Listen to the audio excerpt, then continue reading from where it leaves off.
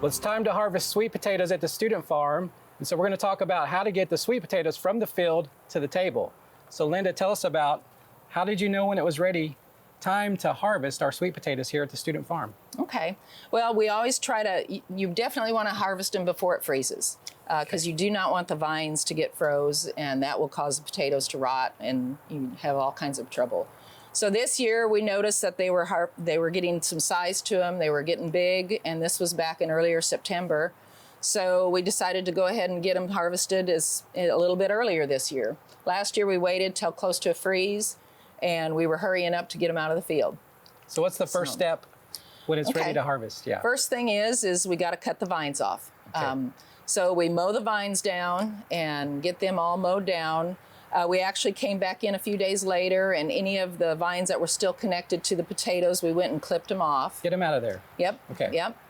And so we let them kind of dry out and dry down, quit the irrigation on them. So you're cutting those vines, but you're not immediately harvesting. You're going to let them sit in the field for a minute. Okay. Yeah, that will help toughen up the skin, which is really good for when we take the potato digger in.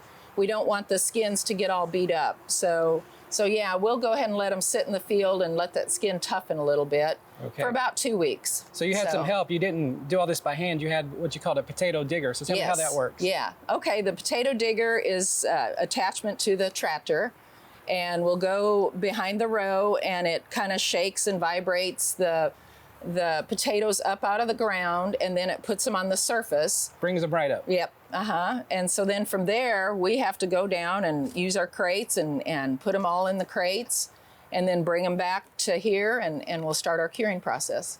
How much do you think you harvested this year with your? About 4,000 pounds. About 4,000 pounds. Yeah. So that's quite a few potatoes, right? Yeah, it's a lot of potatoes. Yeah. Okay, so how do we get them ready to come to your table? Okay, so what we'll do is after we get them into a building, somewhere where we can control our heat and humidity. And we have one of those here, right? Yeah, we've got 2 coolers here, and so we took one of them and decided to make it hot.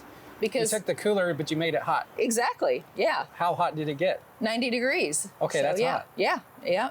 So we did put a little heater in there, and we also put a humidifier in there because you need high humidity too. You need high humidity. Yep. So what's the target ranges? 85 to 90 degrees temperature and about 85 to 90% humidity. Okay. So, yeah. So how long do they need to stay in that temperature and that humidity? Okay, depending on how hot you get it and the humidity, usually about 5 days to about 2 weeks. Okay. So if you don't get your heat as high, it's going to take closer to 2 weeks probably. All right, so they're going to sit in there and cure and do their thing. Yep. How do you know when they're ready? Okay, that's a good question because you have to kind of look at how the skin is, and I can kind of show you just here on some of these. The skin gets tougher where when you rub it, it shouldn't peel off. Okay. You feel how firm they are too, because that's a good indicator that they're ready. And as they're in the curing process, they're sweetening. So the starches turn to sugars. And so the other way of knowing is how sweet they are by actually tasting them. Okay, I like that way. Yeah. And so that's important, this process, not just for curing so that you can keep them, but also for that taste to be the right. Yeah. Okay. Yeah. So very important step then, yes, right? it is. Yeah.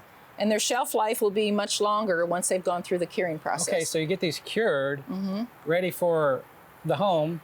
How long can you keep them? I had some that almost made it a full year. Is that right? Yeah. You do need to keep them in a dry, dark place, probably a pantry or something like that, and with good airflow. You can't have them in like a plastic baggie or anything like that. They need to be ventilated. So yeah. Okay. In the old days, we'd say keep them in the root cellar, right? Right. Yeah. And if you don't have that, though, you can store them in the pantry. Yeah. Make sure you got AC and all those things and a little bit of airflow. Exactly. Okay, great. Yeah. And probably another step in this is after that curing process, you kind of do a secondary curing process where you put them in like 60 degrees temperature. And that's where we're at now. So you're holding them at that 60 degrees right now. Yeah. And you can do that for about 6 to 8 weeks. And then that even continues the sugars to keep building. So yeah. And then they're ready to enjoy at home. Exactly. Yeah. All right. Well, thank you, Linda. Okay. You're welcome.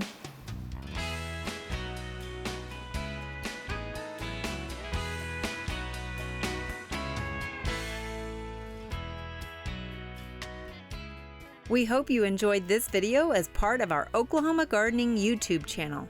You can also find even more videos on the OK Gardening Classics YouTube channel. And join us on social media for great gardening tips, photos, and discussion.